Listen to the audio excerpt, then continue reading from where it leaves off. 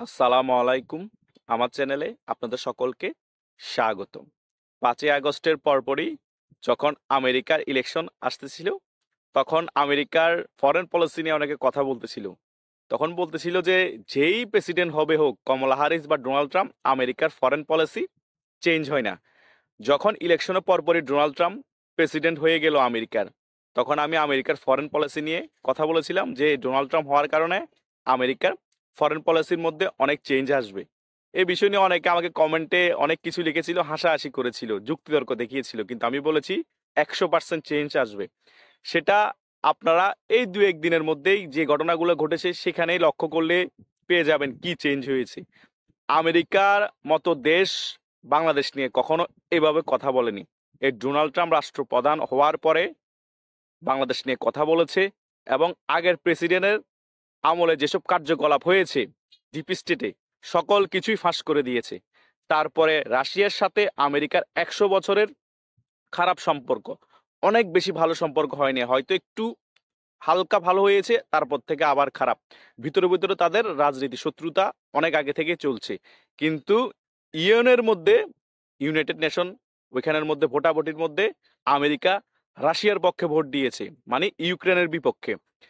India রাশিয়ার পক্ষে থাকলো, কখনো রাশিয়ার পক্ষে ডাইরেক্ট ভোট দেয়নি, ভোট দেওয়া থেকে বিরত ছিল।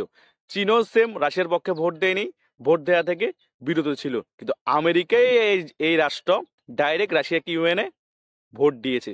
তার মানে কি ফরেন পলিসি এখন চেঞ্জ হয়নি, 100% চেঞ্জ হয়েছে।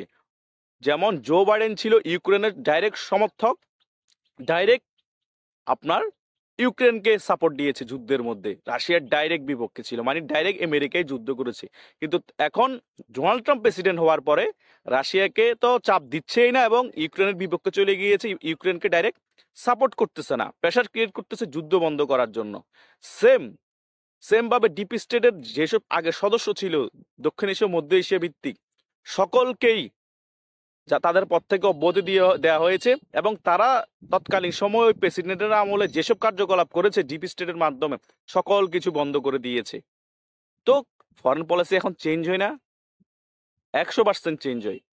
লয়ের মধ্যে একটি সাবজেক্ট আছে আইআর, ওইখানে একটা ব্র্যান্ডিং পলিসি বলতে কথা আছে।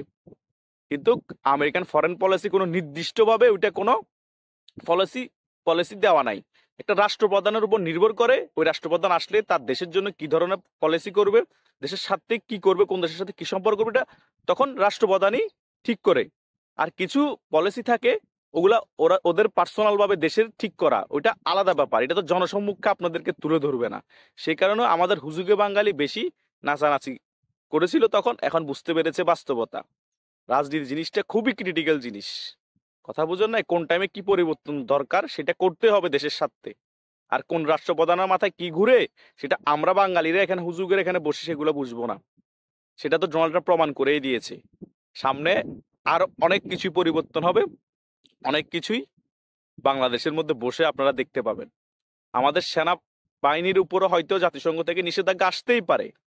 সেনাপ্রধান কালকে যে বক্তব্য দিয়েছে সে বক্তব্য খুবই গুরুত্ব বহন করে, কিন্তু সেই বক্তব্য যখন ধানমন্ডি 32 ভাঙা হয়েছিল, যখন বুলডোজার দিয়ে আওয়ামী লীগের পার্টি অফিস সকল কিছু ভেঙে দিয়েছিল কিছুদিন আগে, তখন যদি এই বিবৃতিটা দিতেন, তখন আর্মিরা দাঁড়িয়ে দাঁড়িয়ে দেখতেছিল। সেনাবাহিনী তখন যদি লাঠিপেটা করা শুরু করতো, এই চুনুপুটিয়ারা 2 মিনিট দাঁড়াতে পারতো না। ট্রেন্ড আমাদের বাংলাদেশের সেনাবাহিনী, সেনাবাহিনীর সামনে বুলডোজার নিয়ে এসে স্বাধীনতার স্থপতির ধানমন্ডি 32-এ ঘর ভেঙে দিয়েছিল। এটা টেরোরিজম না? আর্মিকে ঠেকাতে পারতো না? ম্যাজিস্ট্রেসি ক্ষমতা ছিল আর্মির হাতে, আর্মি কেন ঠেকায়নি? আর্মি কেন ওদেরকে বাধা দেয়নি, ওদেরকে লাঠিপেটা করেনি? এই ধানমন্ডি 32 মুক্তিযুদ্ধের সিম্বল। এই ধানমন্ডি 32-কে দেখার জন্য সারা বিশ্ব থেকে মানুষ আসতো। এটাই ধানমন্ডি 32 ছিল, বঙ্গবন্ধুর বাড়ি শুধু ছিল না, সেটা সারা বাংলাদেশের আপমার জনতা, সারা বিশ্বের জন্য একটা সিম্বল ছিল মুক্তিযুদ্ধে। সেটাকে আমাদের সামনে, আপনাদের সামনে গুড়িয়ে দেওয়া হয়েছে। সারা বাংলাদেশের মধ্যে আওয়ামী লীগের নেতা কর্মীদের কচুকাটা করা হচ্ছে, সাধারণ নিরীহ কর্মীদের। তাদের দোষ কি ছিল সেসব ব্যাপার আপনি কথা বলেন নাই, তখন আপনার কথা বলা দরকার ছিল। তারপরও দেরায়ে দুরুস্তায়ে এখন আপনি বলেছেন আপনার কঠোর পদক্ষেপ আমরা দেখতে যাচ্ছি, কারণ আওয়ামী লীগের এভাবে নিধনের কারণে বঙ্গবন্ধুর বাড়ি ধানমন্ডি 32 ভাঙার কারণে সকল নেতাদের ঘর বাড়ি জ্বালিয়ে পুড়ে ছাই করে দেওয়ার কারণে বাংলাদেশের ধর্ষণ, গুম, হত্যা চিন্তায় বেড়ে যাওয়ার কারণে আর্মির ইমেজ ক্ষুণ্ণ হয়েছে বিশ্বের কাছে। সে কারণে হয়তো আর্মির উপর একটা বিশ্ব থেকে চাপ আসতে পারে। এটা কি চাপ কখন আসবে সেটা বলা যাচ্ছে না।